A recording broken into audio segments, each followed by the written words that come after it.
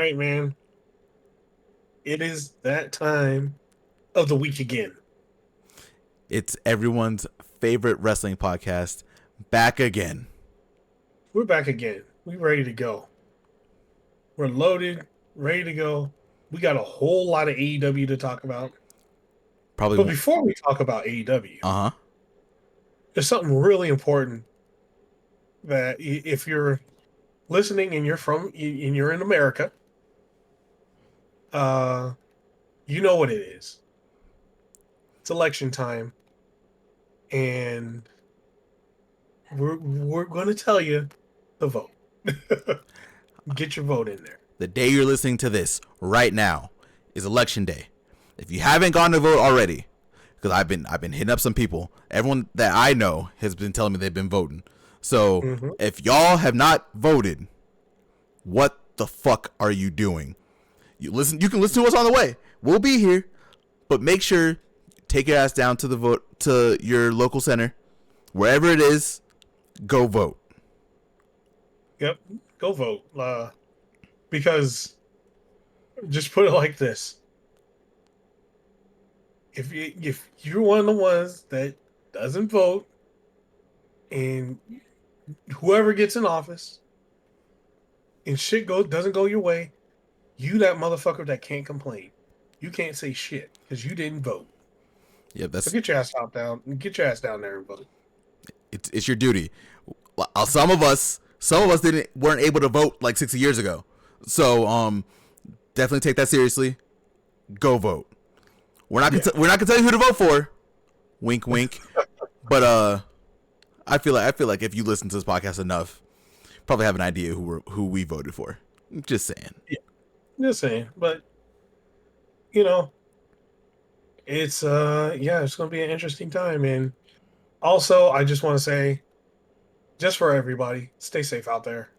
Mm-hmm. A lot of crazies gonna be out this week. So go vote, and also please stay safe. Now on that note, we are officially getting into this episode of Off the Top Rope. Oh boy. Uh And we got we got a good episode today. This week was this was a good week in AEW. But before we talk about AEW, we got some house cleaning to do. yes, we do. If you are not already, follow us on Twitter. Eventually it's going to be other places, Blue Sky, wherever it is, at TAGPW Podcast. We post there. You can see our stuff. All of our episodes are posted up there too. If you can't see them on the YouTube feed for whatever reason, they're there. You can see our takes. Go follow us. All right. And on top of that, you're gonna hear my ass twice. You're gonna hear me twice say this. Mm-hmm. 'Cause I'm gonna close this out today. Ooh. But if you haven't already, hit that like button. It helps us out. It's a little thing like hitting the like button always helps creators like us out. And also, subscribe. You like the content? You like hearing us talk some shit? Talk some wrestling, talk some games, and talk some anime when we get to anime eventually. Subscribe. You'll get all of our stuff on the channel. And we have a lot of, I think we're almost pushing like 40 videos. So it's a lot of content for you to listen to while you're working, while you're doing stuff. It'll get you through your day. And also hit the bell button because YouTube is weird. So yeah, subscribe, hit the bell button, and let's get to the show. We a lot happened in AEW this week. I feel like this was a very strong week in AEW. Like you were saying earlier, like I think every show was fantastic. Like Yeah, yeah. of course they had like a couple downs here and there. I don't think it was anything too crazy this week, but this week we got to start with not only just a Dynamite. This is Fright Night Dynamite. Yes, sir. Fright Night Dynamite. And this shit was damn good, man. Yeah, it was. So let's get it started, man. So we started with the freshly squeezed Orange Cassidy. He kicked off the show. And you know what? Orange Cassidy doesn't cut promos normally or kick off a show. So this was different. And you know, he even says so at the beginning of the promo. He's like, yo, I hate doing this. I don't like this. This is not who this he said this verbatim. I don't like this. This is not who I am. I don't come out here to tell you I'm a leader for 10 minutes. I'm not a leader. And you know, he's pretty much phrasing like, hey, that's not who I am. But he's like, but what I am gonna do by myself is fight John Moxley and the BCC, pretty much. And you know, he's pretty much saying like, you know, the talent in the back that are trying to help fight back the BCC, they don't know how dangerous John Moxley is. He does, and because he's beaten them all. He's pretty much going, hey, John, I'm challenging you for the world championship, and I'm going to take the symbol of the company back. And you know, the challenge is pretty much for Full Gear. Mm-hmm. He doesn't say that, but you know, that's what it eventually becomes. Yeah, it does. It does end up getting confirmed later. Yeah. Yeah, but it's pretty much like, I'm gonna get the title back and put it in my bag. Going from a suitcase to a bag. Orange Cassidy, man, he's like I'm not gonna gush up too much about him, but Orange Cassidy is like proof that if once you know your character, you can have a promo and it doesn't have to sound like super like articulate. It's not even the right word either. It doesn't have to sound like meticulous, right? Like every detail doesn't have to be written down. Like it just sounded like Orange Cassidy was talking to us. It sounded like Orange Cassidy was pissed off. He has to do what he has to do. He even said it, like you said. He doesn't even like doing this, but he was damn good at it. Yep. And yeah, man, like, yeah, this whole segment, fantastic. Orange Cassidy, that guy has grown so much as a wrestler, man. Like, just like he's a complete package. You know, I know a long time ago, like, I think it took a while for everybody to just figure out what he, you know, his character and what he is. But now that he's so established and damn, he's a fucking workhorse too. Orange Cassidy is so good, man. Yeah, man. Yeah, man. I feel like at this point, the only people who are doubting him at this point are the people who didn't see that first international title run that he had, where he was like a man possessed. He was out there wrestling every week to the point where he was getting beat up. Like if you don't at this point, if you don't have respect for Orange Cassidy as like a all around talent, I don't know what to tell you. I'm sorry. You just don't see it, and that's on you. Yeah, man. Like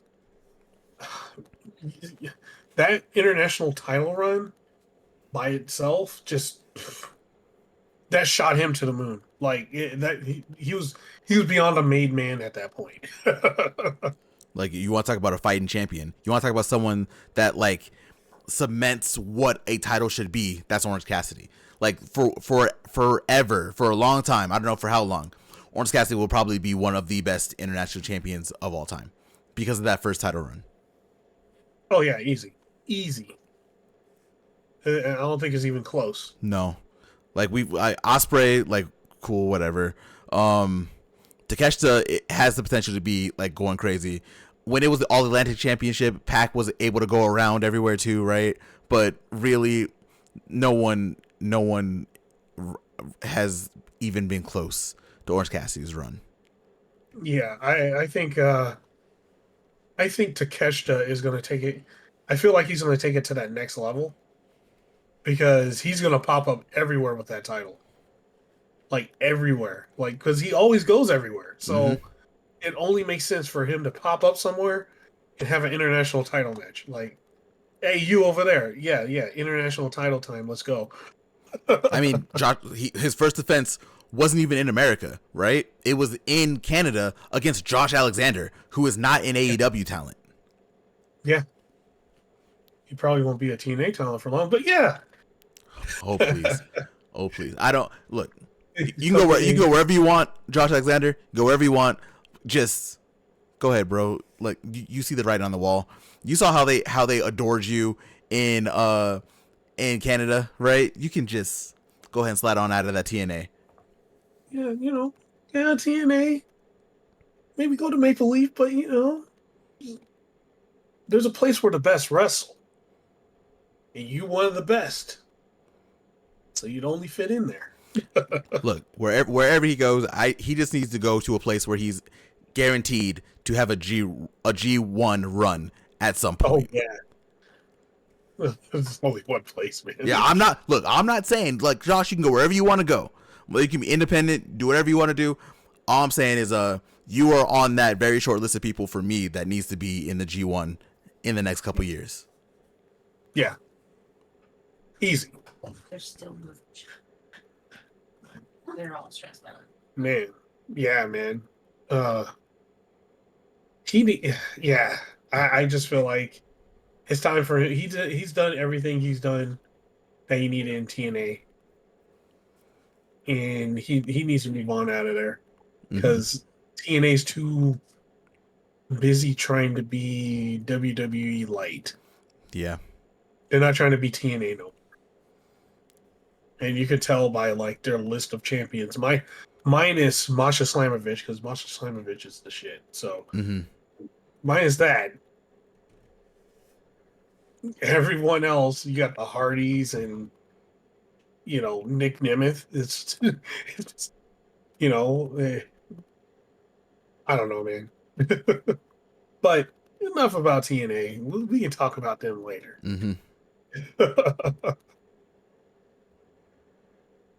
So after the whole Orange Cassidy promo, next up we had Adam Cole, Bay versus Buddy Matthews. And Buddy Matthews was kicking the shit out of Adam Cole. Bro, that whole match, man. Real quick, while we do this, can we talk about how Buddy was being just overly cheered in this match too by this crowd, by the way? Yeah. Oh yeah. They love them some Buddy Matthews in that crowd, which I mean I do too, don't get me wrong. Like I've definitely said some things about Buddy here and there lately, but always been a fan. Yeah, man. Buddy, he was taking it to Adam Cole, man. He was aggressive as shit. And he was there's a one point beat the shit out of Adam Cole so bad. Adam Cole rolled out of the ring and pretty much was like, "Nah, I can't continue." And Buddy got the mic, was like, "Wait, what are you, a bitch or something? Get your ass back in this ring. Let's go." Other people won't give up. You gonna give up the first time you feel some adversity? Nah, man. Like, get your ass back in this ring. And Adam Cole was like, "Oh yeah, forgot who I was." Yeah, I'm that guy. That's right. I am that guy. Hold the fuck on. So he got in the ring and then proceeded to it reversed, and Adam Cole proceeded to beat the shit out of Buddy Matthews. He hit what was it? He hit two of those shining wizards, or the knees to the back of the head. Then there was a couple of times he tried to do the Panama Sunrise and Buddy blocked it. And eventually came up. Oh man, I'm still suffering the effects of the garage. Jesus. That you had to put in some work today. Oh no, it's just it was the dust. I'm still fucked up from that. Ah, yeah, that's right. So Adam Cole eventually hits him with the knee strike again. I'm just gonna call it the Shining Wizard because that's what it is. To the back of the head, pins Buddy, and that's the match. What do they call it? Like the boom, I think they call it. Whatever. Yeah, the boom or Shining Wizard. it's the fucking Shining Wizard, guys. Get out of here. So at the end of the match, Adam Cole got up and he was like, hey, buddy, I gotta thank you. You reminded me who I was. So he went to shake Buddy's hand.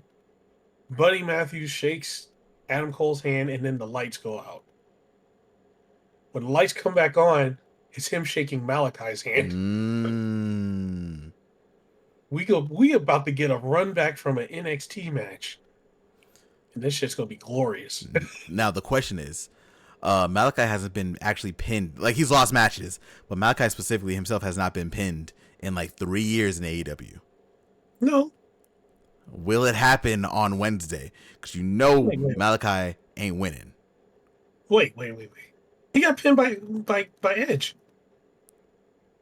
We literally saw it. No, bro. Are you talking about for the match, right? You talking about the steel cage match?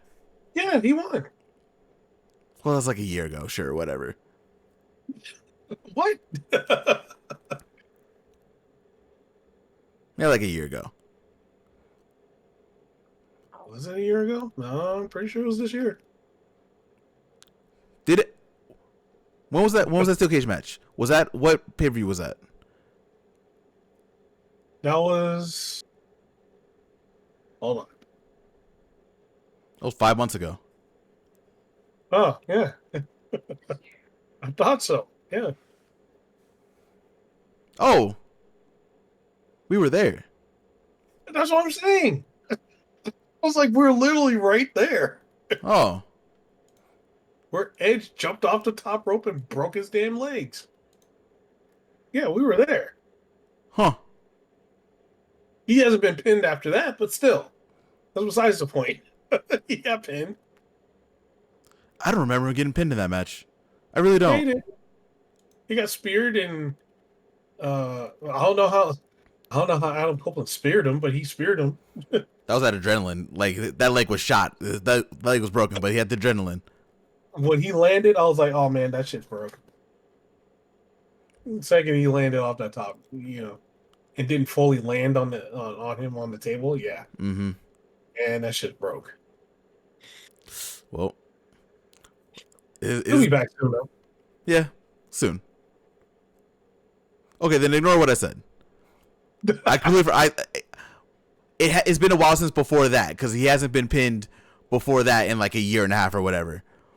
But right. Yeah, I completely spaced on the fact that he was in that match, like, completely. Yep. He was there. Well, yeah, that's next we get Adam Cole and Malachi Black. Yeah, I'm wondering if he's gonna have to go through all the House of Black to get to MJF. That's what it's seeming like. They're saving Brody for last? God help him. God. That last one. It's just murder. All right, man. So the next one, the next thing that happened right after this, the hardest working person in AEW, because she catches everybody backstage. Mm-hmm. Renee Paquette. She was backstage with Christopher Daniels and Private Party. And, Daniels was pretty much telling them, hey, me and Kazarian did the same thing. And we did the same thing in your spot, and it didn't go well for us. Yeah, y'all ain't Private Party. He's like, he even left to a whole different company, pretty much. Mark Quinn was like, yo, Christopher Daniels, we appreciate you, but we're good. And right after that, we have Adam Cole and the Undisputed Kingdom. I missed this part, actually. It was kind of quick. I can see you missing it because it kind of happened quick, and it was literally like in between everything. You know what I mean? Yeah, it was like I I think my food was ready, and I went to go get my food, and I forgot to hit stop. I can tell you what happened really quick. It's like super simple. Adam Cole sounds motivated again, right? He sounds like he sounded a while ago. He says prepare for Malachi Black. It doesn't matter what happens to like him. He knows the ankle will never be the same. And MJF and Adam Cole were never meant to be friends. They were always meant to be enemies. And you were going to turn on me before I was going to turn on you. You know it. I know it. Look what you've done to people like Wardlow, Sammy, and all that stuff. That's basically all it was. But Adam Cole sounded motivated again. Like, you know those first 2 weeks where he sounded like he was like there. He was just kind of talking, right? Yeah. In this promo, he sounded like Adam Cole. Like, actually Adam Cole. Oh, okay. So it's pretty much he did that wrestling match. He got his leg under him, and now he's like, "Yeah, okay, yeah, we're good now. Yeah, I can do this." That and that adrenaline, bro. You could tell like he was so like geeked about wrestling, bro. He was so excited. Yeah. Well, shit, I would be too if I fucking my ankle disintegrated. Yeah, and I came back like 14 months later. Yeah. Yeah. So,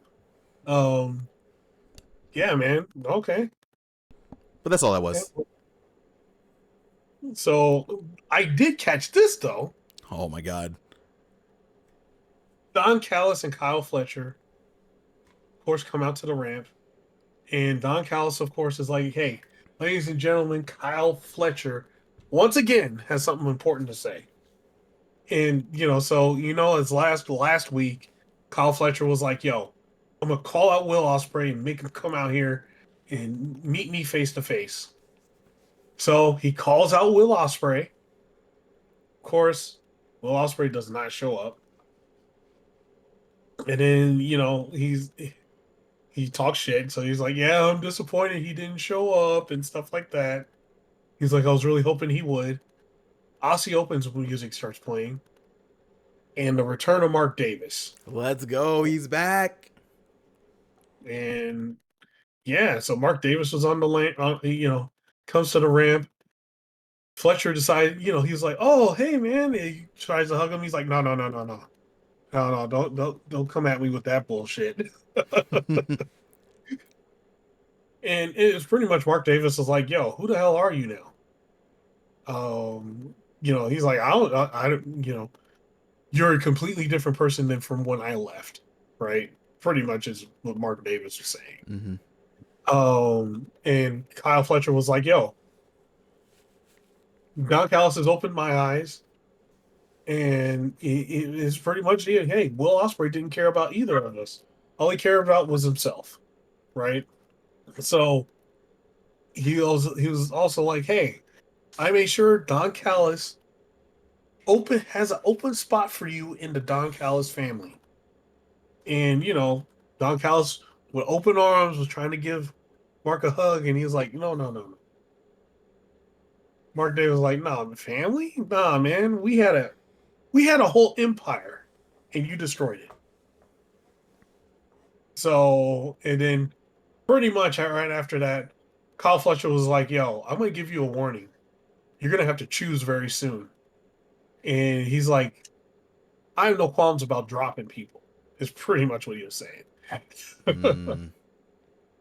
So we shall see. AEW is actually trying to hurt me right now because they brought back Mark Davis, and I've been on the podcast before talking about how much I miss Aussie Open. Like, we talked about it. I talked about how much I miss Mark Davis. Like, whenever he comes up, I'm like, Mark Davis. They're gonna hurt me, and I know they are. And I'm not ready for it.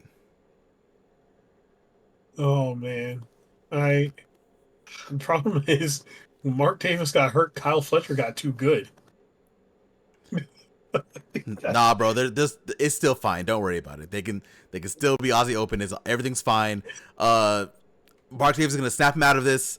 They're gonna be back to a tag team again. They're gonna be AEW tag team champions in like a year and a half because Private Party got to do their thing a little bit, which we'll talk about later. But everything's gonna be fine. Like, this is totally just like a little snag. Like, there's nothing to worry about. Everything's fine. Everything's totally fine. Uh huh. Mm-hmm. Yeah. Okay. Totally fine. Hmm. We'll see about that. Because I don't know. We will talk about it in the next, in the Rampage and Collision, but Yeah. AEW is kind of in a thing of breaking up tag teams, and one of them we've been talking about, hoping breaking up, and it might happen. So, That one's fine. Aussie Open though, mm-mm. They'll get through this. It'll be fine. They're gonna get through this. Everything's gonna be fine. Look, it's just like, when you're friends with someone for so long, eventually you guys have like a little spat every once in a while. It happens. It's totally fine, and it's nothing to worry about. It's totally fine. oh man, that's the Saints fan in you. Yep, yep. The delusion, it's there. Yep. It's there. Oh God. All right, man. We'll see. We'll see. Like you said, So we'll talk about them more on Collision. yeah. Next up, Renee runs into Hangman. Uh, Renee just runs into everybody. She has like some super pumps or something and is just running back there chasing people down. So Hangman is pretty much like, yo, this is a pretty short interview. Hangman was pretty much like, hey, Jay White, I beat your ass in the Owen Hart tournament. Took you out. I beat you so bad I sent you home for 3 months. And when he came back, he came looking for me instead of going for a championship. So pretty much he's like, hey, at Full Gear, I'm just gonna beat the shit out of you. You're in the Hangman's crosshairs, and you're gonna get beat down. That's pretty much what Hangman said, such a great, almost verbatim. such a great promo. It was so good. Yeah, it was short, it was sweet, and it was to the point. Hangman's like, hey, I'm going to end you. That at Full Gear, I'm ending you. I'm gonna end this right now, and I'm moving on to the next person. Mm. So, main character doing his thing. Hell yeah, man. So, man, now that I look at this, I did not realize how little wrestling Dynamite had. There was a lot of talking in this one. I think what it was that the wrestling that was in here and the moments that we had were so good that people kind of spaced on how little wrestling there was. There was only like one match that was kind of like but really everything else was just, it was good. Yeah, I feel like it was all backloaded into Rampage. And Collision, low key. Yeah. So next up, John Moxley comes to the ring. He comes with, the whole crew: Marina Shafir, Willie Yuta, Claudio, and Pac. And Moxley is pretty much telling everybody, hey, you guys ain't appreciating what I'm doing now, but you'll appreciate it later. And he's like, hey. And also, Orange Cassidy, you don't challenge me. I went out and challenged you. That's why we broke Chuck Taylor's neck. So you would step up. And he's like, pretty much Chuck Taylor was holding you back. So we got him out of your way, freed you from all the distractions. So you can focus on what the real thing is, and that's getting this title and fighting me, pretty much. He's like, oh, speaking of distraction, Marina Shafir and Pac held down Wheeler Yuta, and Claudio put the chair around his neck. Oh, And Lord. right when that happened, Orange Cassidy jumped, sprinted into the ring and then charged at Moxley and then got beat up. Pretty much. He got his ass kicked. The Dark Order came to the ring and they got their asses kicked too. Mm-hmm. And they almost did the next stop thing to Orange Cassidy. And then Sting Jr. pops out from the rafters, except he didn't have a bat. Darby Allin. It was just it was the funniest shot because Moxley was standing there with his like back turned him, and all you see is like this pink thing coming from the rafters, and it like stops for a second, and it's just above Moxley, and he's just standing there like. Have you ever seen the episode of SpongeBob where SpongeBob is like in the pumps and he's like swinging on top of the Krusty Krab? It was literally that, and it was hilarious. Yeah, man. No, it was behind Claudio. Oh yeah, Black Color. That was my bad. They're all bald. They all wear white shirts now. The bald club. And then so the brawl happened more, but the other funny thing too, while Darby was fighting Claudio, I forgot which one of the Dark Order came up behind him. He's like, "Hey, get this thing off me," because he couldn't take off the cable that he dropped down with. Oh, I think it was Reynolds. I think. Yeah, Alex Reynolds. He was like, "Hey, man, get the cable off me." He was like attacking the fucking Claudio, man. So as they kept fighting, more people came out to the ring. Top Flight, Lio Rush, and Private Party, and Daniel Garcia. And Orange Cassidy got the last hit on Moxley, hit him with that orange punch, and Moxley and crew left. But since Private Party was in the ring and already worked up a little bit of a sweat, guess who came down? Uh-oh. Our EVPs. It's almost time. Young Bucks. It's almost time. And I guess the funniest thing is Daddy Magic going, "Hey, are they going to take credit for making the guys run off?" But there's something interesting. So next up is the AEW World Championship match with the Young Bucks versus Private Party. And fuck, man. If you're going to watch one match this week, watch this match. This match was excellent. Excellent. Tag team wrestling at its finest. Oh, man. I can't tell you how good this match was. It was good. It was damn good. It was a Private Party.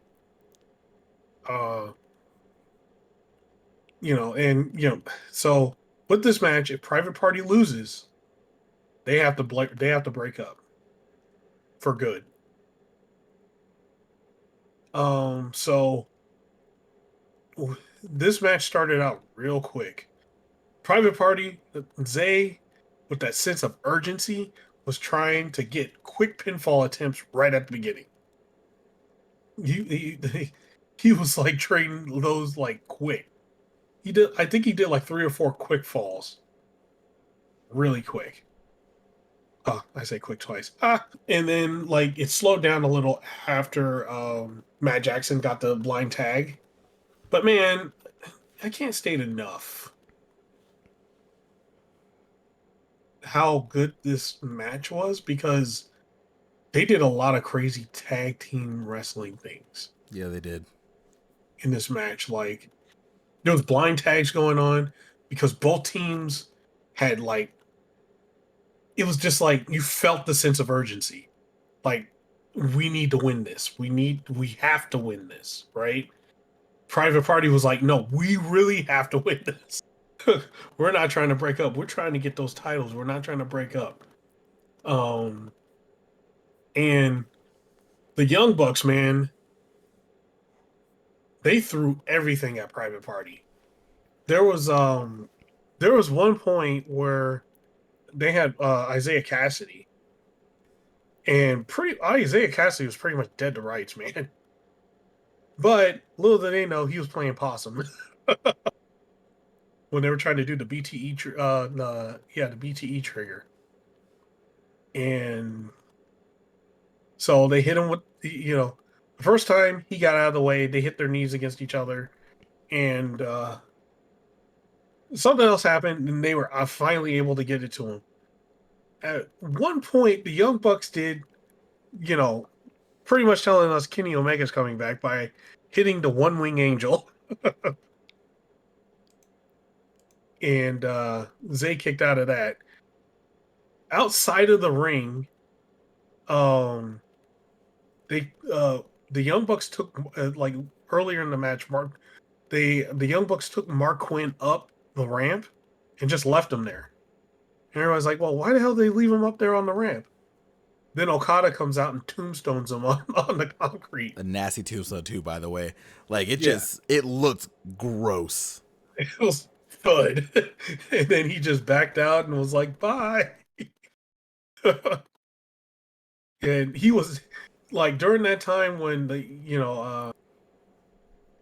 Mark Quinn was pretty much knocked out from the tombstone, Isaiah Cassidy was fighting 2-on-1 that whole time. Mm-hmm. And they were hitting him with everything, and he kept kicking out. You saw the determination. He was not gonna lose. He didn't want to lose. Nope, he wasn't taking the loss as an answer. Everybody was chanting tag team wrestling because yes, this was a fine example of tag team wrestling. But to end this match, Yep. we're gonna get to it. So how I said, Matt Jackson planted Zay with the one-wing angel. Mark Quinn jumped in the ring and broke it up. Cassidy hits Nick Jackson with the poison Rana. And then Private Party hit. And I'm going to say it. Private Party hit Matthew Jackson with the gin and juice and pinned Nicholas Jackson. 1, 2, 3. And your new AEW World Tag Team Champions are now Private Party. Yes, sir. And at the end of the match, the ref put the belt on, gave Private Party the belts. The Bucks took the belts. I think the Bucks always do this. They took the belts from him, waited, for a minute, and then they gave it back to him, and then pretty much, gave him the rub at the very end. Mm-hmm. But yeah, your new champs, Private Party. Let's go. The boyhood dream has come true. Yeah, man, it's good to see. I'm glad, man. We could go back. I think it was. I just keep remembering the episode where we were talking about Private Party, and specifically said, Private Party is that team where nothing affects them. Like they can't. If they lose, it doesn't hurt them. If they win, they're great. Mm-hmm. And they can always be in contention for the title. And if they wanted them to, win the title. We said this about, I think it was like 2 months ago. Yeah, before this whole push even started, yeah. Yeah, before the push even started. And look at it. They course corrected, and all of a sudden they're world champs. Because look, we need to be honest. Like, we need to be really, really real about this, right? Yeah. 2 things can be true. 1, the Young Bucks are one of the greatest tag teams of all time. Yes. Bar none. Straight up. Like that, yeah. I don't think that's up for debate. If you're debating that at this point, you shouldn't. They even upped their game at the back half of their tag title run. Mm-hmm. Also, we gotta say that this was also the weakest Young Bucks. Granted, they still had some great matches in here. This was easily like one of the weakest Young Bucks tag team title runs of all time. There's a reason why in the middle there, when they weren't defending them, everyone was frustrated with the Bucks. Like, the tag team titles have gone through so much over the last couple years, to be honest, if we're gonna be super real. They needed something, and it just so happened to be like Private Party, young team. This is they put over now at this point. This has been a 5-year story because it's been recycled a lot. Private Party beat the Young Bucks 5 years ago. Yeah. Took them out of the initial tag team title tournament. They needed this youth. They needed this energy. And as great as the Young Bucks are, again, they're one of the greatest tag teams of all time, not just of this generation, of all time.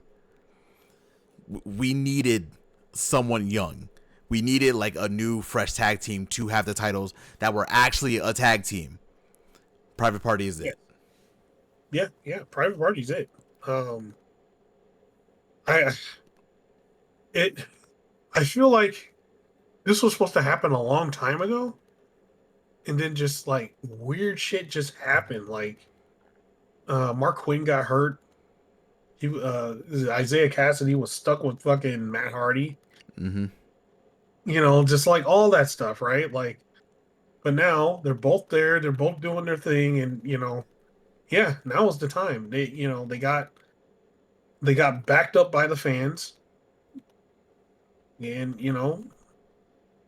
changed a little bit of things. They got serious, and yeah, man, Private Party is it, and I hope their reign is like damn good. I mean, you heard me on this podcast a couple weeks ago. I was very heated that they lost a couple weeks ago at the pay-per-view, right? Yeah. And I said in there, during that podcast, I said, I know that they're going to have a rematch with the Bucks and they're going to win then at this point, but they should have just pulled the trigger now. Yeah. I'm happy that they didn't pull the trigger then. I still am annoyed with AEW doing this with the tag team titles because they always do this. They did it with the Acclaimed. They've done it. Well, they do it with like established tag teams at this point, right? They don't get the first win. They wait a couple weeks and they win the second time. This time it worked out because this also ties in with the Moxley story really well. Part of the reason why they got serious was because of the Moxley stuff, right? Yep. Yep. Like it ties in so well. It just works really well. I'm happy. Again, the Bucks are the greatest tag team of all time. This tag team run with them had some hits, but there was a lot of misses. There was a lot of time that we didn't get with the tag team titles. This now, it felt like a new era. Also, the Young Bucks were doing Young Bucks shit in that match. You wouldn't even know Nick was hurt. Yeah, you wouldn't even know, but he is. Yeah. So Young Bucks are getting a well-deserved vacation. Take some time off. Nick's gonna go get healed. The tag team wrestling right now in AEW can be in a good spot. I'm not gonna say is yet. I want to see what they do with these tag team titles first, which we will talk about a little bit later. And yeah, it's so nice to see Private Party, a young team, win the tag team titles, and it just feels like a big deal. The celebration was also nice at the end of Dynamite when they were with the crowd. It's just a very good feel good moment for this show. Yeah, man. I also think so. There's a lot of things that are going to happen with the tag team division because there's stuff going on like in AEW and Ring of Honor at the same time. Yeah. Ring of Honor has the Grizzled Young Veterans now. Mm-hmm. And they're starting to build up more of the tag teams in Ring of Honor now. I mean, we're going to talk about a certain someone in a couple segments, and we'll talk about what that means, but they are definitely building for something, that you may or may not have talked about before. Oh. Okay, let's get to that. All right. So next up, we know it was made official. Orange Cassidy, Jon Moxley, Full Gear. Immediately after that, Renee catches up with Jamie Hayter and Penelope Ford. Penelope Ford was like, "Yo, she's gonna take back what was taken from her. I don't get what was taken from her other than, bad years with Joey Janela, but that's neither here nor there. But and Jamie Hayter was like, "Yo, I'm gonna mop the floor with you next week." I'm like, "Oh God, what did you do, Penelope Ford? You should just back out now. Hayter's gonna kill you." I know you could go, but Jamie Hayter ready.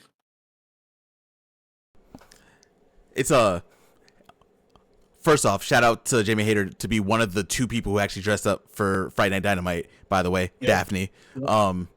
I'm excited for this match when it happens. Yeah, man. It's gonna be good. But I only expect one thing to happen: Hater winning. Oh, for sure. I mean, there's no other option. That's That's the correct path. Okay, so right now, your favorite person, Lionel. yeah. You even have a learning tree shirt, man. Damn, man, I didn't know that.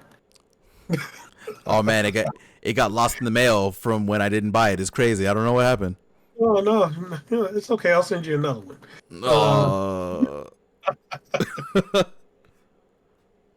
So next up is the Ring of Honor champion Chris Jericho with the Redwood Big Bill and Brian Keith. I'm not gonna say the first part of Brian Keith that they gave him. Fuck that. He's the bounty hunter, Brian Keith. God damn it. Yep. Not this other thing. So of course Jericho said, he was talking about how he won the ladder match. That he's now a 2-time Ring of Honor champion, just like Jay Briscoe. Ugh. So of course he's targeting Mark again, and he's like, "Hey, it makes me a 9-time world champion." And and he's like, "Of course, I couldn't have done it without Brian Keith and Big Bill." And he's like, "Well, the big picture of this is, I'm gonna take Ring of Honor to the biggest stage it's ever been, and to the highest success it's ever been, because he's Chris Jericho, and he can." So, pretty much, Chris Jericho is saying he's going to show up to Ring of Honor a whole lot more now. Actually, he did this week, too. And this goes with the thing that you don't want to believe is fine. That you don't like, but it had to happen, of Chris Jericho being the champion, because Ring of Honor is getting that fucking TV deal too. At what cost? I mean, okay, Jericho's the champion, but if they didn't get a TV deal, then Bischoff can laugh. Do you want Bischoff laughing? Bischoff don't care Do you nothing want about a happy Eric Bischoff? Bischoff don't care nothing about Ring of Honor. He's about to ruin MLW. Yeah, no, that's fine. But do you want a happy Eric Bischoff who also said Ring of Honor couldn't do shit and is a terrible company and should be cut off at the legs? You will never get a TV deal.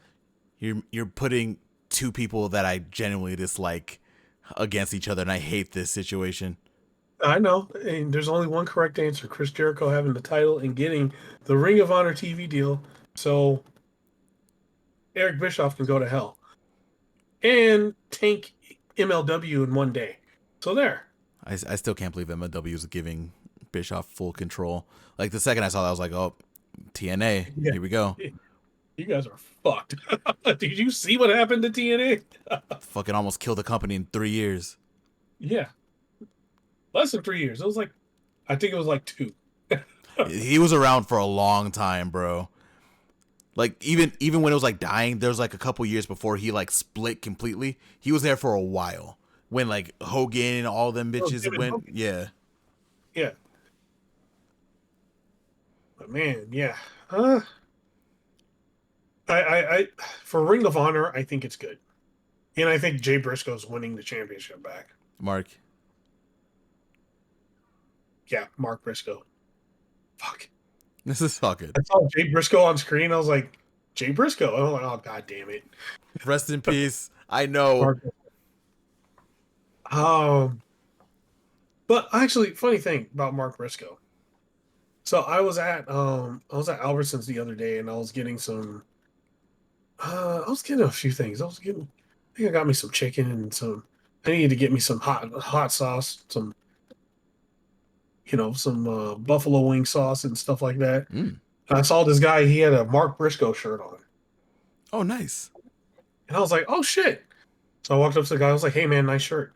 He's like, oh, thank you. Oh, watch AEW Ring of Honor? I'm like, yeah, of course. So, best wrestling company, and I was like, oh, by the way, if you want to, listen to a podcast, we got I, me and my friend, we do a podcast too. Oh yeah. I let him know the podcast. He might even listen to this episode. Who knows? Oh, shout out But to it was just you. some random guy.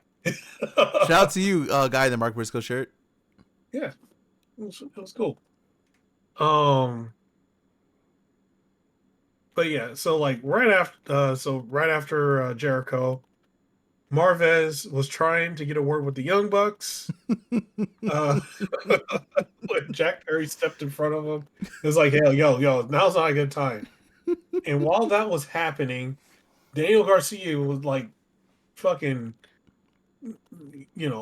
hemming up fucking Jack Perry, and but and after he got done doing that, Jack Perry goes to opens the fucking locker room, and they peer in, and the Young Bucks are like destroying paperwork and getting all their shoes, and it's like, wait, hold on, what's going on here?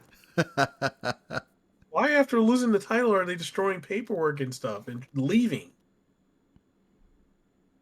It's like it's a subtle thing, well, kind of subtle thing, but it kind of makes you think, like, why are they doing that? Listen, look, they remember the reason that the Elite are back in they were doing things that they were doing because they beat up Tony Khan.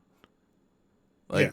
so if they did that on screen, imagine stuff that they could have done off screen that they had documented. So they had to destroy the documents, destroy all the evidence of whatever they were doing, and get the hell out of there. Yeah. Well, I don't know why they had to wait for the titles to be taken away from them to do this. That part is a little weird, but I guess titles in wrestling give you like immunity. I guess. I don't know. They get diplomatic immunity from titles, I guess. Yeah, you just do whatever you want as long as you're like a world champion, tag team champion, whatever. But the second they lost them, it's like, oh, okay, we gotta go abort. I feel like it might have a little something to do with Moxley and crew. But yeah, I'll speculate later. I think it has something to do with Mox and them because yeah, I think there's something happened. It was a bad business deal that happened. They had to get the fuck out before Mox and crew killed them. I know we're gonna get there because they're not doing it yet, but it might be a good time to talk about right now the segment that also involved the Young Bucks before they left now, so we can just get that out here. Oh, okay. So the Bucks were rushing off, and I think they got in their truck. Brandon Cutler was like running with their shoes. He's like, "Hey, wait for me!" And they drove off. And they pretty much told Christopher Daniels, "Yo, we're going to be working from home. Fuck this. We out of here." And Christopher Daniels was like, "What are you talking about? We need you. Where are you guys going?" So they drove off. Cutler gets there late, and the BCC comes up, and they beat the shit out of Brandon Cutler. It was not a good time for Brandon Cutler. which very curious, by the way. This actually kind of coincides with what your theory is about the paperwork, them shredding the paperwork, because Moxley and them have been attacking people, right? But they really they did it to Zay, right? They hit him with the hammer or whatever, but really they seem like they were targeting Cutler, like they targeted Zay. Mm-hmm. So there could be like, I don't know if they had like the Elite and the BCC had like some kind of business deal. I'm not sure, right? The Bucks shredding the paperwork could be literally anything. We literally don't know. Yeah. But there could be like some kind of correlation between them shredding the paperwork and then Moxley himself, because Moxley don't really be hemming people up himself. Yeah. But Moxley getting Brandon Cutler and breaking his hand. There could be something there. You could be on something. Yeah, because it almost seemed like when the way they popped out and they were coming for him, they were coming for that area because they knew the Bucks were going to get out of there. Yeah. Like it almost seemed like they were going after the Bucks. They're like, "Oh no, something, we're coming to get your asses now." Oh, the Bucks are gone. Cutler, you'll do. Here you go. Yeah, we'll beat your ass, Color. There could be something there. Like I don't know how long the Bucks are going to be gone. It could be a while, but Well, uh huh. I don't think they're going to be gone long because, well, they'll probably be gone a while Nick is healing up, right? Yeah. Somebody else is appearing over in New Japan, right? I think it's New Japan. Literally tonight. I think the show starts in like 2 hours at the time that we're recording this. Yeah, the Kenny Omega, Shout. best bout machine. It's back. Oh, by the way, shout out to Power Struggle tonight. We didn't even talk about that at all. Power Struggle is happening tonight, so shout out to them. That's the show Kenny Omega is going to be on. So, if you New Japan people only want to see Kenny Omega, go ahead and get that New Japan subscription. $9.99, $999 yen, which is like $8 for us. Go ahead and get that subscription. Watch for Kenny Omega, and then enjoy all the wrestling's going to happen on that show because that card is stacked. Yes, sir. Oh man. Okay. So yeah, we put the two parts together, but now let's get to the next match that happened. Yeah, it was the right result. I'll just say that. It didn't go that long either. Yeah, they were. This was smart. Okay, it not going along was smart. Yeah, they saw that match with Queen Amina and they're like, okay, we cannot do like 15 minutes. We'll just put this at the 9:30 slot and just let it go. Give them like 6 minutes. Let's go. So the next match was the Brickhouse Camille with Mercedes Moné versus Chris Statlander.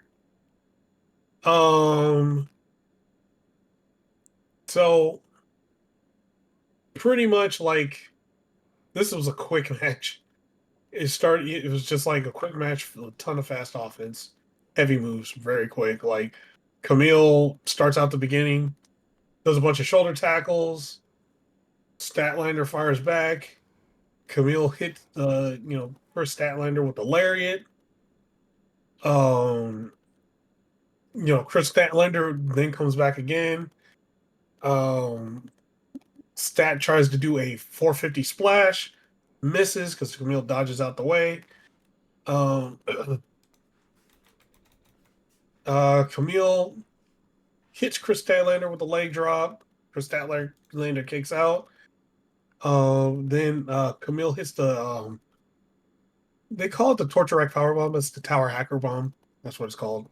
And Statlander kicked out of that. And then Chris Statlander hits a Tombstone Power. Well, I don't know what the hell that is. It's not a tombstone. It's like the Saturday Night Fever, or I think it's like the Bastard Driver is the normal name of it. I think. Yeah, well, I think she hits the Saturday Night Fever, hits the pin, and Chris Statlander wins. That is correct. That's what should happen. Mm-hmm. After the match, Mercedes hits Chris Statlander with the belt, gets the mic, and tells Camille to go to the back now. And it was like, hey, if you want something done right, you got to do it yourself. So, yeah, that was Camille versus Chris Statlander. really quick. Yeah. I think right now Mercedes is in a spot that Swerve was in when the Mogul affiliates were a thing when they first started, right? Yeah.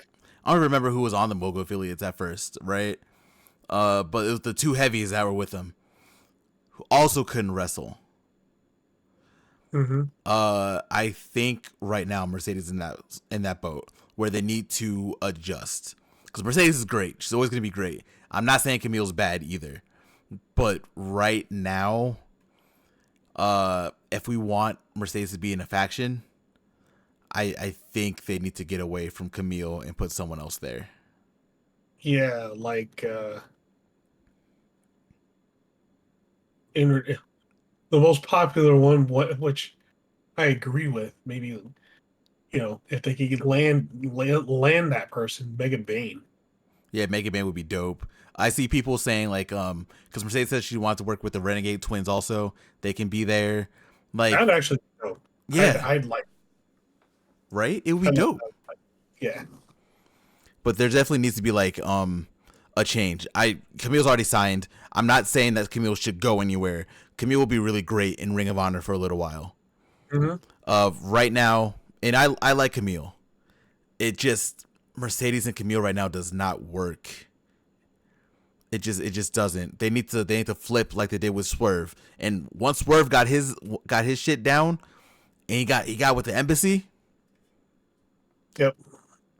leagues better, right?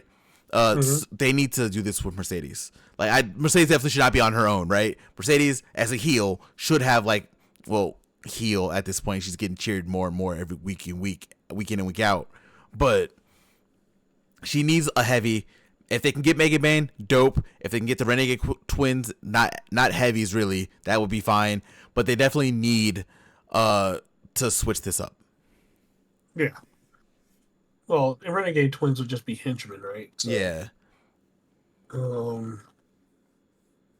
Yeah, I think Camille needs to hit Ring of Honor for a little bit, get a little stint down there. She'd be great down there too, especially if the TV deal goes through whenever that goes through, because at this point it's like 99% or whatever, right? So Yeah. I mean it'll be good. We'll just see Mhm. what happens. Yeah, man.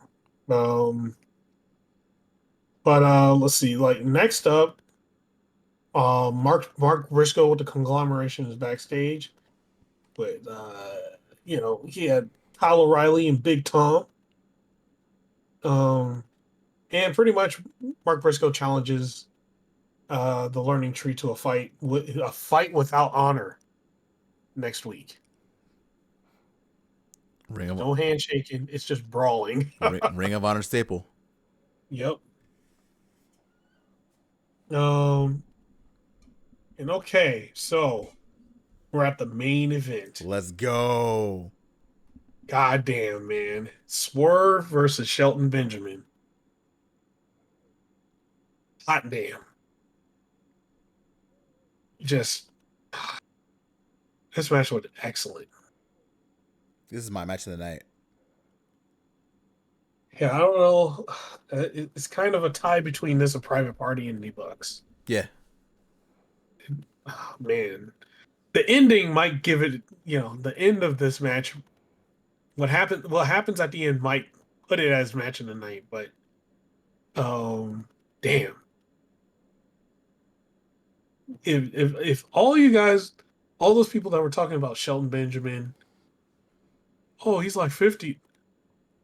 Dude, the shit he's doing, it's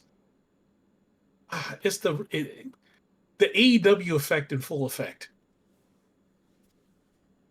If you're 45 plus and, want to go to a new wrestling company and be rejuvenated, go to AEW. We got 4 real big examples of that too, by the way. We're about to have what? Now it's going to be like 5 or 6, right? So Depending on if MVP actually wants to wrestle, yeah. But I mean, he also looks like he's having fun right now too.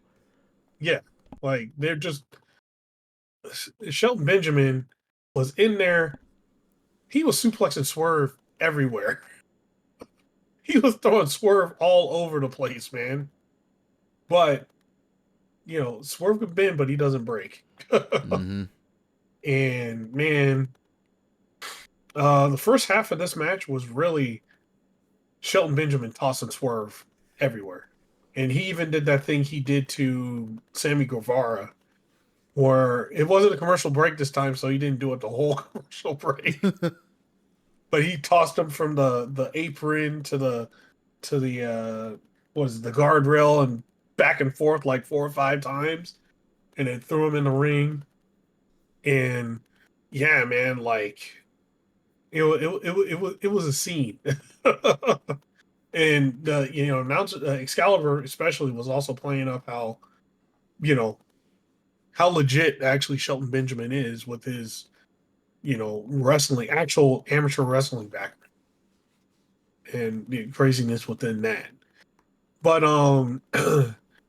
midway through the match, Swerve, you know, Swerve starts going. He starts beating up Shelton. Starts getting uh, what did I say? Getting ahead of Shelton Benjamin. He hits the house call.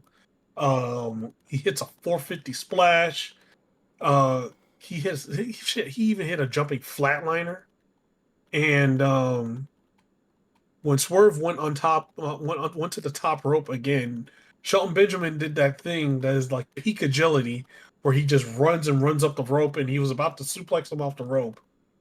Swerve slid under, power bombed him, and then did the Swerve stomp and pinned Shelton Benjamin for the victory. And man,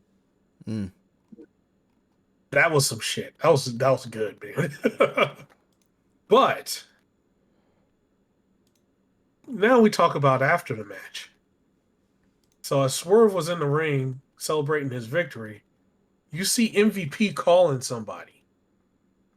He's like, hey, it's time. And, for a second, the lights go out. Swerve's music cuts off. And when the lights turn back on, we see the man himself, Bobby Lashley, walking down the aisle. And also, side note, Bobby Lashley has like one of the dopest theme songs in AEW right now. Shout out to Mikey Ruckus, bro. It's so good. It's so fucking good. Like, it's some like I don't even know how to explain it. It's like some gladiator fight music. I don't know, man. Gladiator trap. Yeah, he was ready to fuck somebody up. And yeah, he met with MVP, hugged MVP. MVP was running up the he was running up the stairs. I was tripped off the goddamn stairs. He was excited. He was super excited.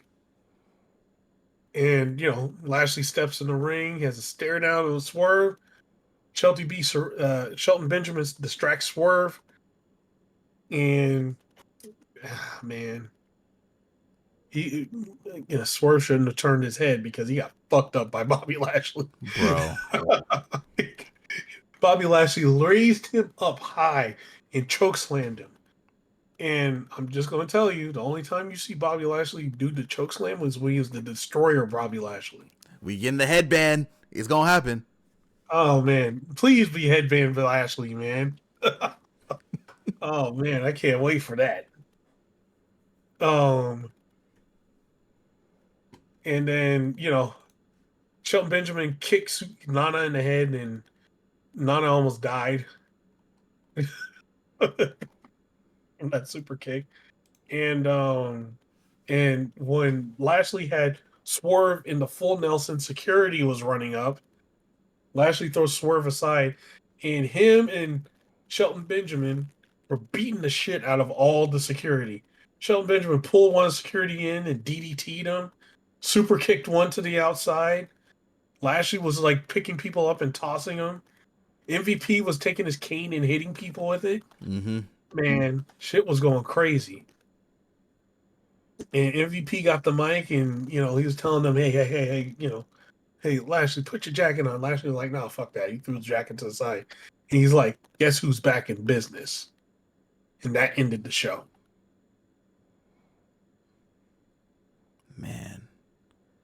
Man, oh man. Listen. I'm gonna call them what they were in WWE to start before I go into the actual Syndicate, right? Her business had never been in front of fans, which is wild to me because I wasn't watching WWE at the time, right? The fact that they did this during the pandemic and broke them up before they can get back to actual crowds is criminal. And the fact that they were all willing to stay in WWE. They just wanted to do the Hurt Business again. And WWE was like, nah, whatever. Is so stupid. And I mean, did you hear that reaction? bro, one of the loudest reactions of the night. Probably, it could go up there as like probably around top 10 of the year for AEW. Yeah.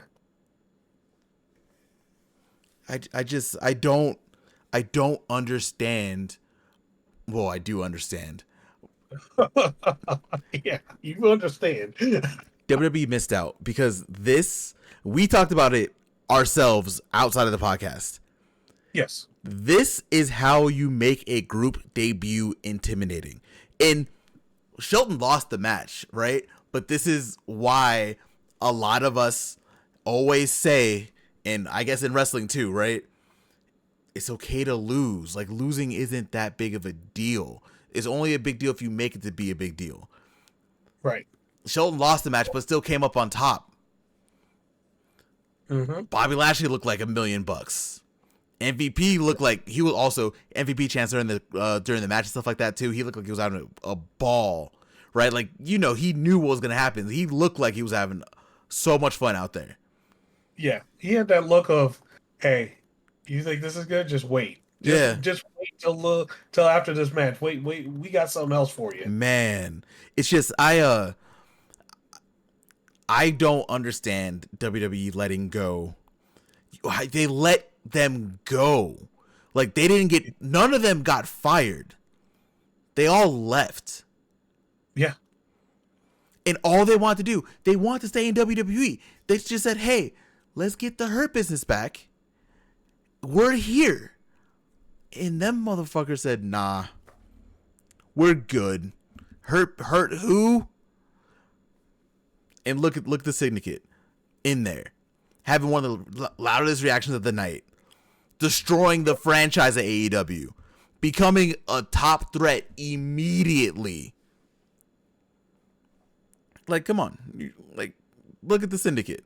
How could you pass on that? How could you pass that up? I couldn't tell you, man. Yeah, it's exciting to see Lashley. You already touched on the theme song. Theme song is, I've played it every day at this point now. It's so good. It's just, I'm excited to see what happens with them next. We got a graphic. We got a graphic with all three of them now. With the Her Syndicate, it just looks great. They even have like different colors now. It's all gold around the side for them too. It's just it's fantastic. Yeah, man. Yeah. You have any thoughts on Dynamite as a whole or this segment? The segment was excellent. Like, I think it was done. Like, I think it was done perfectly. Yeah, there was nothing else I would change in that. The Hurt Business, like Bobby Lashley, he came in like $1 million. The Hurt Syndicate is just looking like they're going to be a terror in AEW. They're going to fuck people up. They're going to do all kinds of shit. Yeah, so man. I can't wait to see where they go and who else joins the Hurt Syndicate is also what I'm curious to see. It's an exciting time. Like, as much as I kind of don't want them to add anyone else now that they're all three here, right? They're gonna have to have like a cruiser, like, because fucking Shelton Benjamin's throwing people around like he's fucking a giant. Bobby Lashley's gonna start throwing people around like he's a giant. They definitely need someone smaller in that group because it's a faction of giants. Yeah. I could totally see Ricochet doing it. I don't know, man. Ricochet seems like he's doing his own thing. He's not trying to be in the Syndicate. I don't know who else it could be though. I don't know. You know who would be good in the Syndicate, even though they're kind of stuck doing something right now. Who? There's a certain tag team in Ring of Honor that they've been tagging recently. One of them is already a champion in Ring of Honor. The Judge and Lee Moriarty. Oh, fuck yeah. Add them to the Syndicate, bro. Oh my god. I know they're all doing their thing in Shane Taylor Promotions, which got some new people. Shout out the infantry. Mm-hmm. But having EJ and having Lee with the Syndicate, bro. Yeah. That's it. That's all I got on that. Fantastic episode of Dynamite. Yeah, it was a great episode of Dynamite. Now All right. we're gonna move forward. We had 2 other really good shows this week, and don't take the fact that I'm gonna like kind of go through these as that they were just kind of throwaway shows. Collision, if Bobby Lashley didn't show up on Dynamite, Collision might be the best show of the week for AEW. Oh shit. Okay. Oh, you didn't get to watch Collision yet, did you? I did not. Bro, look, I never say this to you. Sometime this week, before Dynamite, you should take some time, sit down, and watch Collision this week. From this week. Okay. It was that good. But we're gonna talk about Rampage first. Rampage was also a very good show, but we're probably just gonna, knock this out because it was a lot of these matches were very didn't really have a lot going on with them. Yeah. First match for Rampage was LFI, which is Roosh, Dralisico, and the Beast Mortos versus The Butcher, Beef, and JD Drake. The match went about how you think it would go. It's a 6-man tag. I know it's like 5 big men and Dralisico, and then Mortos flying around also. But match can kind of go how you expected. LFI did win this match. They've, they're heels. They didn't do it cleanly. Of course not. Of course not. They're heels, right? But You got Roosh. No. Yeah. It's not gonna happen. No, Roosh don't need to cheat, but he gonna cheat anyway because he don't like you. Because he's an asshole.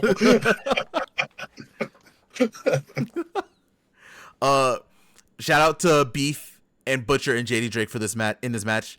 They look like they could be like a legit trio. Like they looked great in this match. By the way, I know you saw this. I know you saw Rampage. Yeah, I saw Rampage.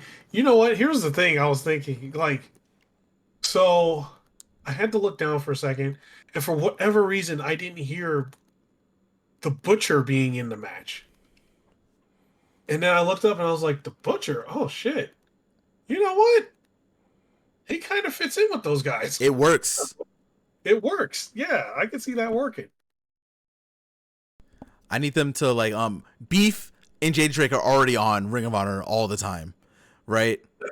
Yeah. Get the Butcher in there, do some trio stuff, let it run, see what happens. This is gonna be a good trio, and then you get Anthony Henry back. You get the Blade back. Mm-hmm. That could be like a nice little faction. Yeah. Yeah. So definitely do that. LFI did win this match. Yeah, that's really all that really happened for that one. Very good trios match though. Yeah. It was pretty decent. Next up, squashity squash match between Taya Valkyrie with her new music. That's actually pretty good too, by the way. So shout out to Taya Valkyrie with Deonna Purrazzo against Zoe Lynn.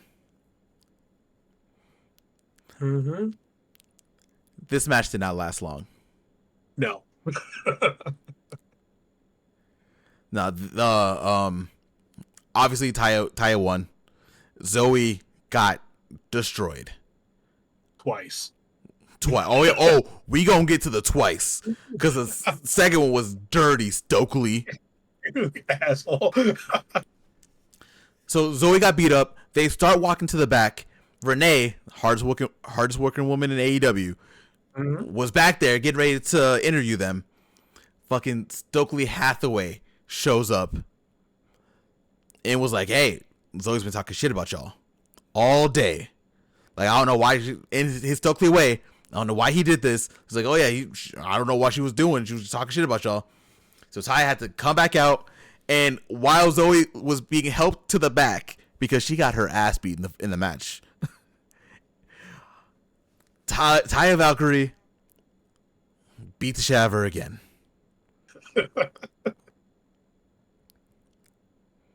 And I don't know why Stokely did this. I don't know why he's instigating this, but he did it. Zoe Lynn got beat up twice, and that was the end of her night.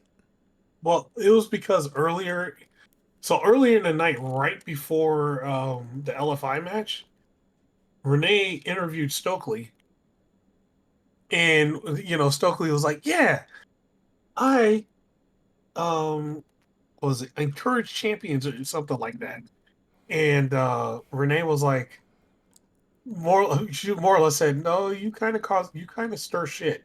He's like, "No, no, no. See, I helped Private Party become champions. Yeah. Yeah, I help people become champions." And then, so after that, he starts shit. He stirs some shit up. Took all the credit for Private Party's win, by the way. All of it. And the faction name is called the Vendetta. That's actually a pretty sick name. Yeah. It's like, let's see who they have a vendetta against first. I guess it was Zoe Lynn, which, instigated, but, whatever. Yeah. Next up, another women's match. Shout out to Rampage. Layla Gray versus Queen Aminata. This is my match of the night. I don't care what anyone says. This match was made for me. That's all I'm gonna say.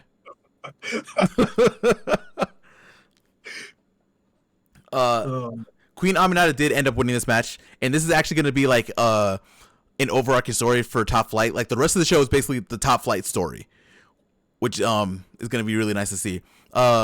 In a submission that would only make Zack Sabre Jr. proud, Queen Aminata tied up Layla Gray and made her tap out. Yeah.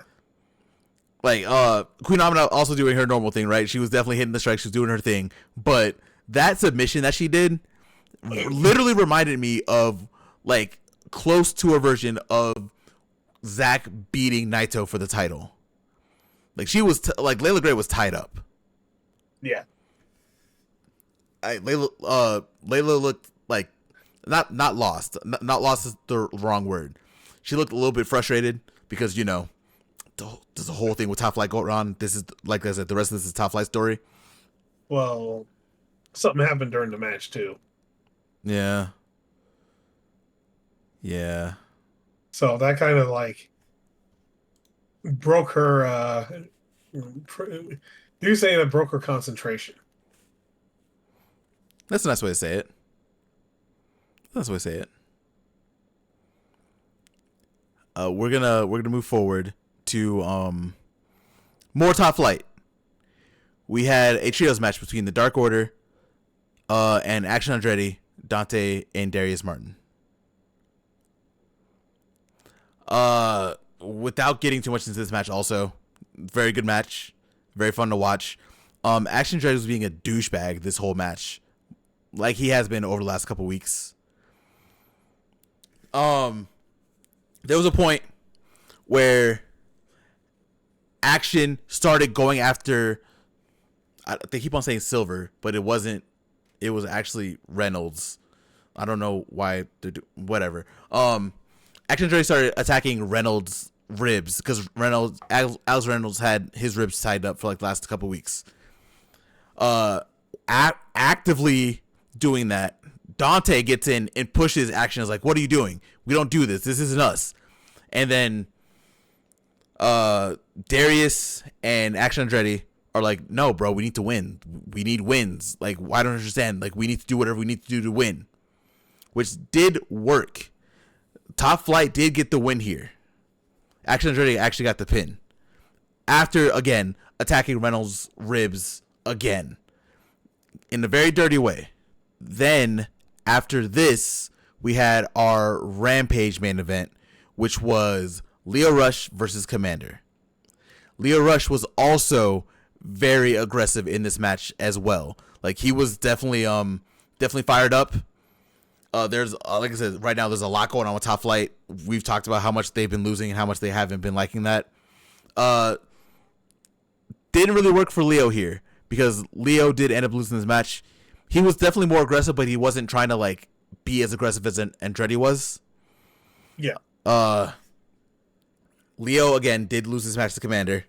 A great match, by the way. Commander's been getting a lot of props over the weekend, and I'm really happy that he's finally getting props because he's really good at what he does. But yeah, Leo was very upset at the end of the match.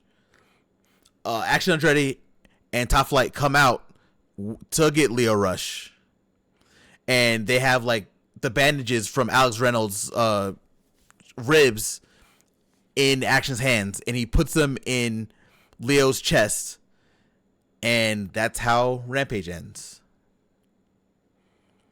Any thoughts on Rampage as a whole? Rampage as a whole was pretty good. It was pretty good. It was action packed. Like, it's the most action packed hour you'll see. A very good show. Yeah, I enjoyed it a lot. Mm-hmm. Now we're going to move on to Collision. This episode of Collision was also very action-packed. There was a lot going on in this show. Like I said earlier, like if it wasn't for Bobby Lashley showing up, Collision had the potential to be the best show of the week. There was like a lot of action going on. A lot happened in this one.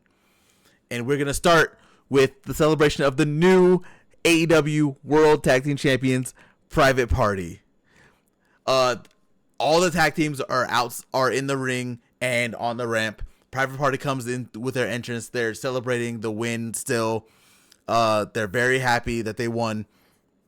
They get in the ring, they get congratulated, and they basically say, you know, at the beginning of the year, we said this was going to be New Year, New Champs. It took us a while. They did it. Mark Quinn thanked the Young Bucks for pushing them to get them here and making them earn this, which is a very good point. Or Zay goes up and says, now for business. We are willing to wrestle anyone for these titles. Step up and you can get done up. And they get into FTR's face. And FTR's like, oh, us? Yeah, okay, you want to wrestle us? You can wrestle. Tensions were getting a little bit high. But then the Outrunners show up. They're like, hey, no. We're here to celebrate Private Party. This is a 5-year journey. We're here to congratulate you. This is AEW, where the best tag teams wrestle. And Zay was like, oh yeah, you're right. Ain't no party like a private party, like a private party. And that's a flex. That ain't a flex. They were all celebrating. They were all excited. Which leads us to before I give a break, it leads us over to the Acclaimed. Mm-hmm. A lot of tension back there. Yeah. Every time Bowens was saying something, eventually Max Caster would cut him off. To the point where Bowens was giving him some looks. It's like, what are you doing? Like, what is this? And Caster just would not shut up. He would just keep talking. Calls the best wrestler alive. Like I said, he cut off Bowens a couple times. He showed off he basically snatched the Her Syndicate card from Bowens' hands. A lot of tension. Max Caster was about to do all of the Acclaimed stuff. Bowens eventually cuts him off, saying that everyone loves the Acclaimed. They're looking at each other again, and that's kind of where we end there. That is the tag team part of the night until we get to a little bit later. You got any thoughts on what happened on either of these segments? Yeah, I think the Acclaimed, they might, I don't know, it might be a thing where they split or they just go into doing singles wrestling for a bit. That's what it seems like it's going to go. Tony Khan, go ahead, split them up. I got the perfect place for Max Caster. I know exactly where Max Caster can go. Oh, God. Where? You think you know? I have no idea. That's what I'm saying. Oh, God. Max Caster can go to the unemployment line. Oh.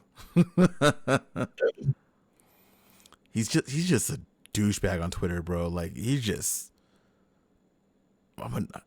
Bowens needs to be free. If y'all want them to feud, let them feud real quick. Let Bowens slap him up. Quick squash. Let Bowens move on to do some other stuff. Next up, we have our first action of the night, which is a Day of the Dead match between Thunder Rosa and Harley Cameron. This match is so much fun. It's basically no disqualification match, hardcore match, however you want to call it. Basically what this was. Harley Cameron looked great in this match. Thunder Rosa also looked great. This is Thunder Rosa's first time like in an AEW ring in a little while. Mm-hmm. So it was just nice to see her back. The end of the match, which I think is now just Thunder Rosa's staple for whenever she's ending like long feuds, or not long feuds, ending like hardcore matches now. She had a table. She set it up to where it could be a ramp. She put a trash can over Harley Cameron's head, put her in the corner, ran up the table, and like basically John Rue drop kicked the shit out of Harley Cameron for the 1-2-3. And Thunder Rosa wins the Day of the Dead match, to the surprise of no one. No.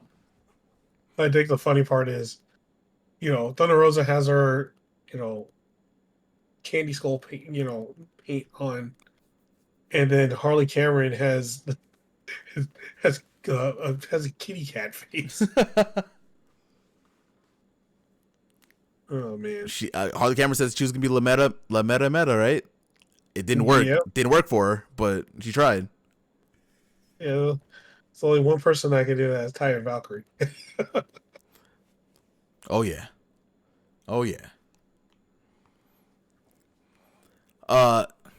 Next up, we had like a little thing between the Undisputed Kingdom and Don Callis families, Brian Cage and Lance Archer.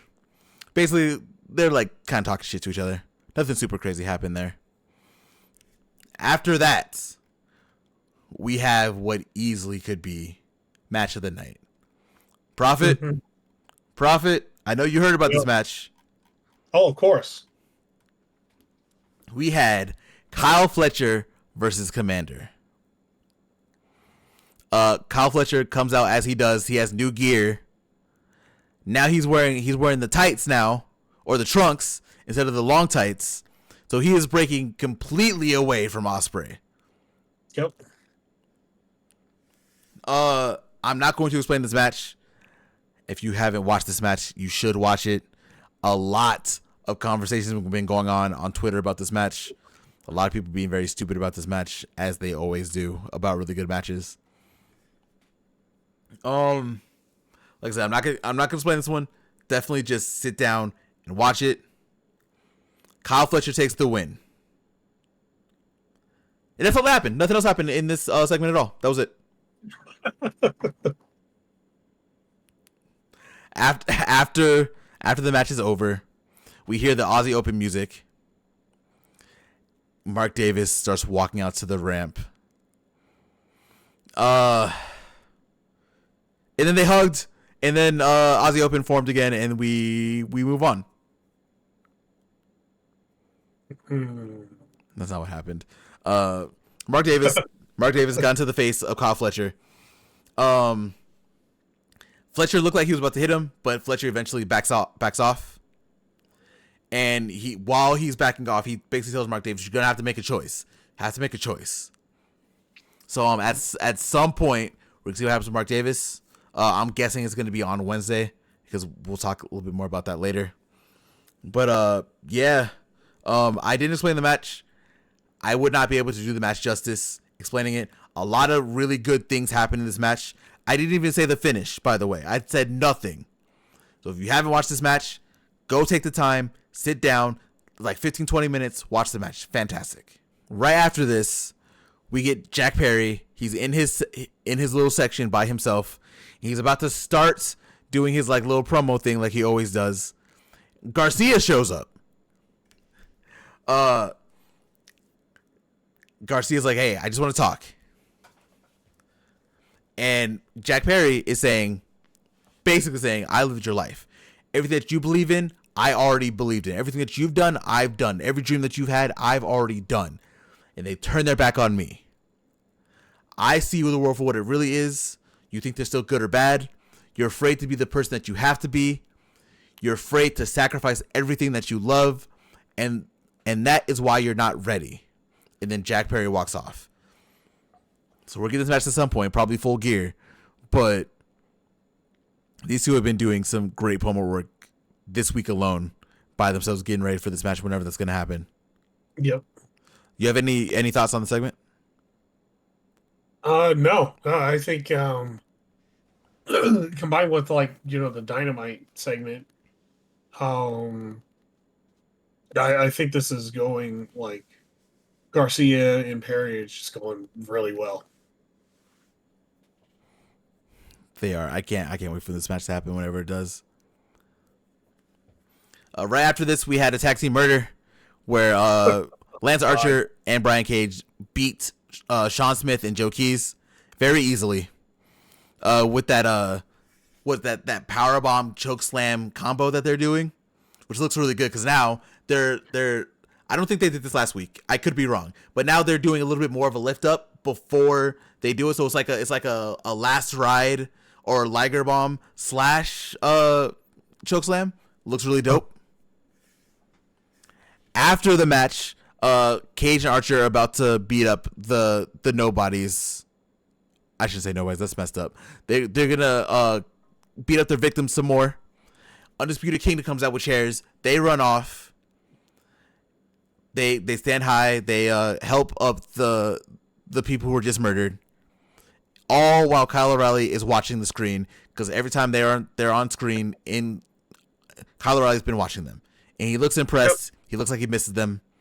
So we're gonna get that run back at some point too, because I guess at some point they're gonna go back together or whatever. Oh, of course. Yeah. Maybe Kyle O'Reilly is the last guy. It could be. Adam Cole has to fight. I was hoping it's like that Roddy and Adam Cole have to wrestle each other. That's my hope. Mm-hmm. Because we get what was it? Roddy Strong has the same stipulation that Adam Cole has. It's just whoever wins 3 matches first. So as much as I want to see Adam Cole and Brody King, it would be hilarious to see Adam Cole versus Roddy Strong while they're 2-2 to see which one gets to go face MJF at Full Gear. But we'll see what happens. Yeah. After this, we got AR Fox backstage. Lexi Nair was with AR Fox. The patriarchy interrupted. Patriarchy being Nick Wayne, Mother Wayne, and Kip Sabian. Nick Wayne says that his father, Christian Cage, always told him to hold grudges. And a lot's changed since when AR Fox and Swerve went to go basically kill Nick Wayne about like a year and a half ago, however long that was, in Seattle. AR Fox then challenged Nick Wayne to a match on Collision. So next week we're getting AR Fox and Nick Wayne, which should be a really good one. Yeah, that should be damn good. After this, we got another backstage segment with Chris Statlander. Basically, this is the challenge for Mercedes for the TBS title at Full Gear. She also kind of talked a little bit shit about Camille. Yeah. Saying like, hey, you never needed her. I don't know why you need her now. So something might happen. It could be just Chris talking. But like we said earlier, it might be a good idea for them to split up anyway. Yeah. Right after that, we had our AEW World Champion, Jon Moxley, with Marina Shafir, and somehow still Wheeler Yuta. That idiot, bro. The fool. He is getting gaslit, lied to, whatever word you want to say. That is what's happening to Wheeler Yuta right now. They're messing him up. Yep.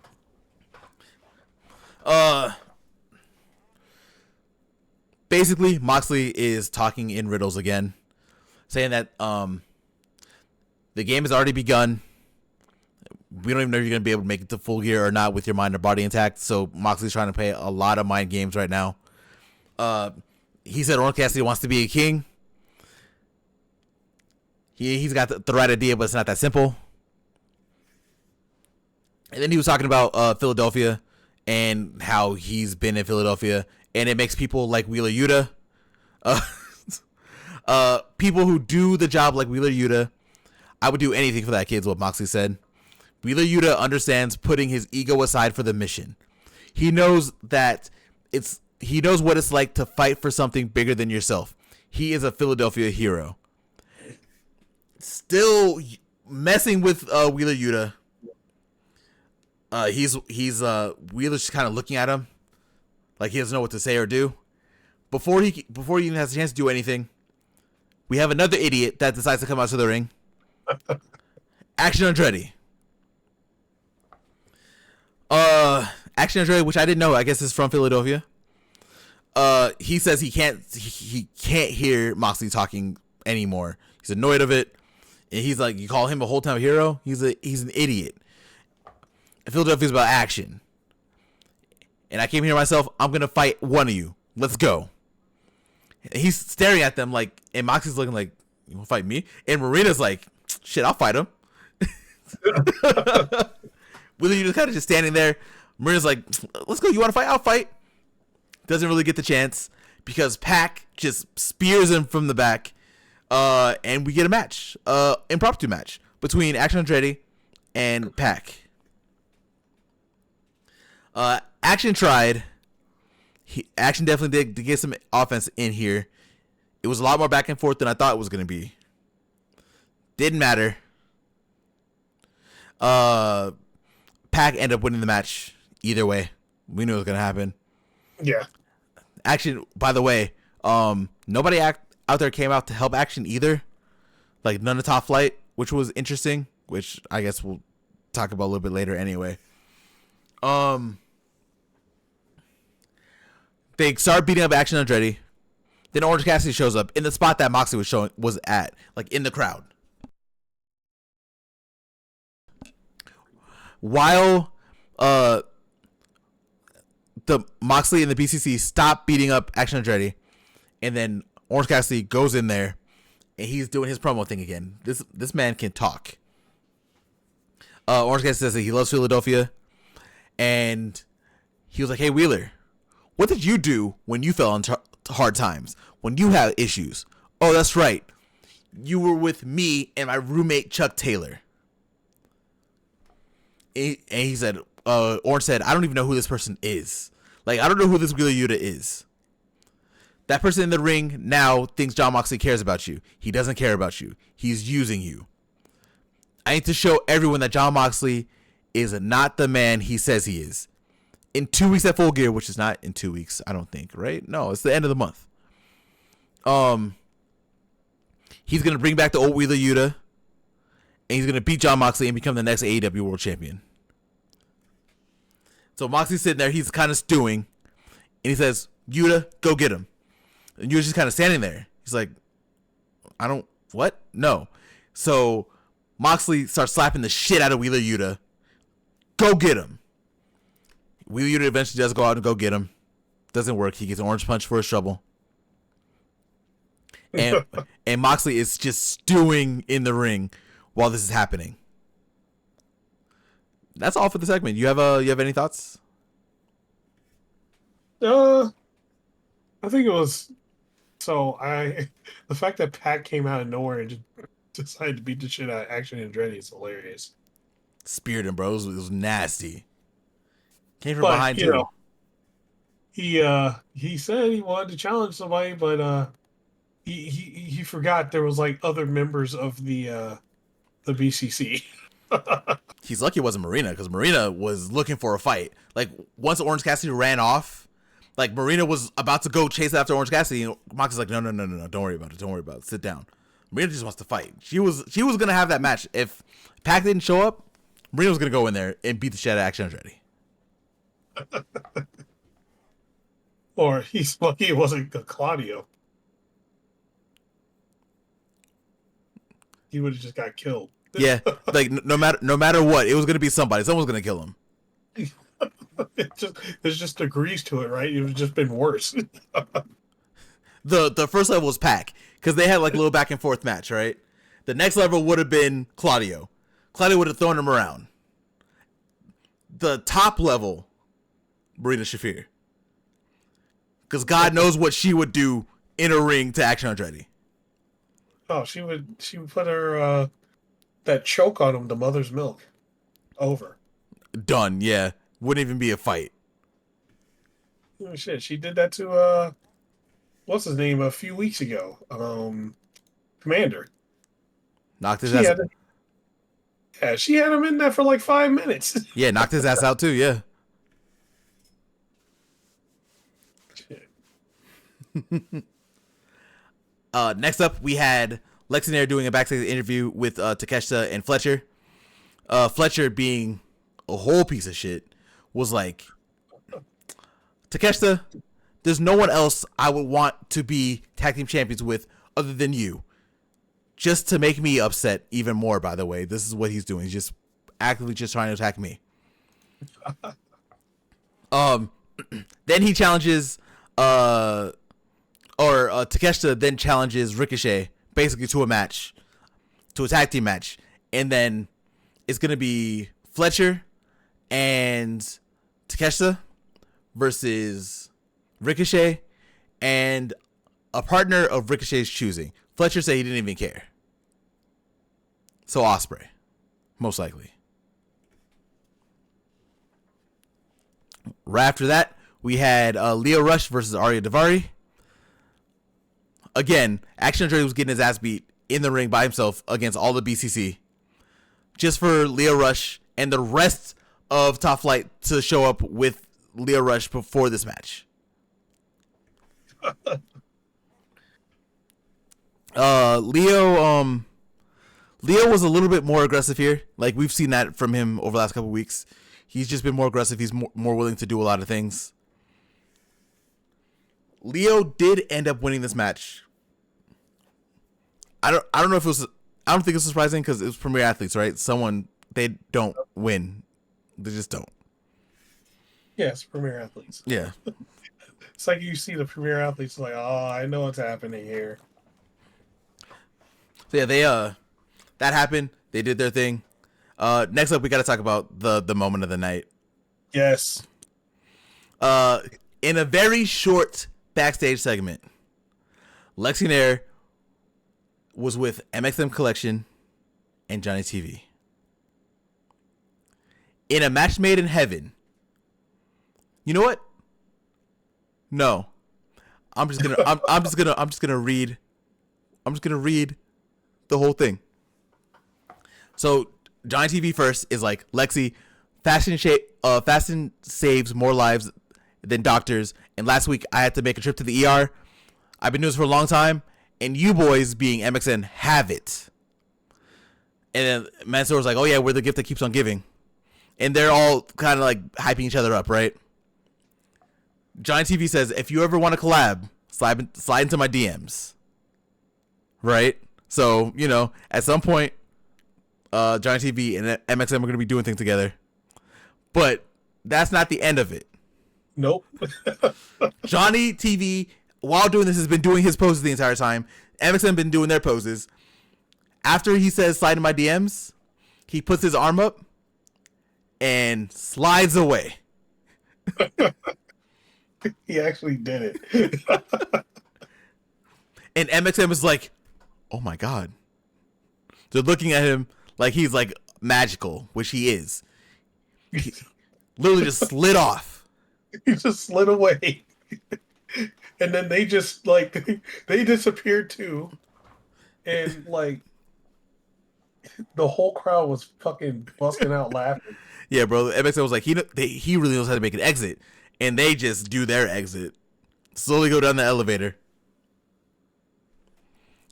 What a great segment. Yeah, man. I know Moxley is going up against all the goofy shit, right? Like, Moxley does not want AEW to he doesn't want them to be like lazy. But all I'm saying is MXM Giant TV, I can see trios champions, tag team champions, international champion in one of them, TNT champion in one of them, TBS champion in one of them, TBS. and world champion. Just make it happen. Wherever they go, just make them a trio. I would actually, low key, I would love to see them as Ring of Honor tag team champ or Ring of Honor 6-man champions. Straight up, I would love that. Never know, it might happen. Well, I mean, with that TV deal, right? They need more people to be on TV for Ring of Honor. Yep. And that's where, that's primarily where Johnny TV's been. He hasn't been doing great work in Ring of Honor. Yeah. And then when Dalton Castle comes back, we're gonna get the feud of the world's biggest feud. Put the world title on one of them and let them run in Ring of Honor, bro. Yeah. Next up, a very good match between Roderick Strong and Shane Taylor. This was also the debut of the Infantry with Shane Taylor Promotions on AEW TV. So it was nice to see they were all out there together. Yeah, man. MJF is actively watching this match. I don't know why he wasn't watching Adam Cole's match, but he was watching this one. I don't know, whatever. For the first few minutes of this match, Roderick Strong was getting his ass beat. Like, Shane Taylor was just hitting him with whatever he wanted to hit him with. Roddy couldn't really do anything. It just was looking nasty for Roddy for a little bit. Eventually, Roderick Strong was able to get momentum. He was able to jump off the apron with a flying forearm, hitting Shane Taylor. He ended up taking Roddy down. He ended up taking Shane Taylor down with that. In the finish, man. Roderick Strong hits the ropes and basically hits like a counter jumping knee on Shane Taylor. Mm-hmm. And Shane Taylor looked like he collapsed. Like, he looked like it was like a boxing knockout or like a kickboxing knockout. Oh shit! And then Roderick Strong pins him for the 1-2-3. Like, it looked like he legit knocked out Shane Taylor with that flying knee. Shane Taylor needed to be helped out. It was, man. If you haven't watched this match, you should watch this match too. Very good. Yeah. And then finally we go on to the main event for the AEW Women's World Championship. Challenger Anna Jay versus champion Mariah May.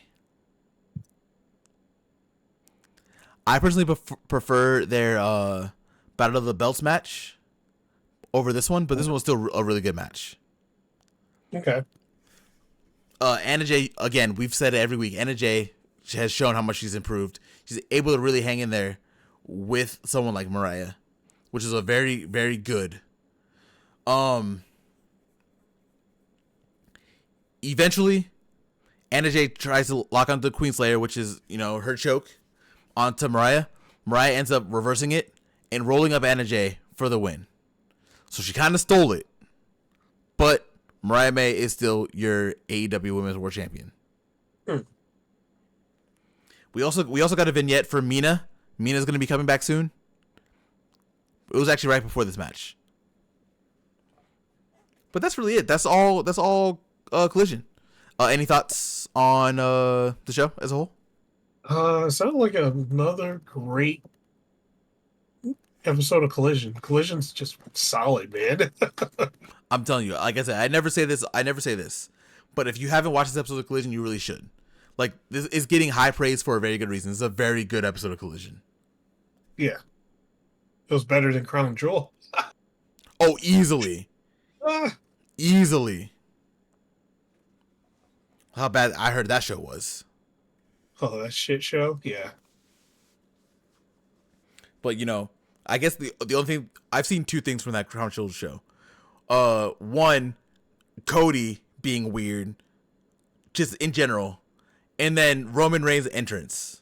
The only two things I've seen from that show. The only thing I've seen from that show is Roman Reigns getting pinned by Solo Sikoa. What? Actually, you know what? I just said it earlier. Wins and losses, right? Everyone got to lose. Yep. That's a shocking one, though. But that's our show. We could do the guests for next week. I don't think we have to. It's pretty easy for next week. So we'll leave that alone. Mm-hmm. And Proffitt, I think you can take us home. Oh. All right, guys. First off, you listened to the whole show. Thank you for listening to the show. We really appreciate it.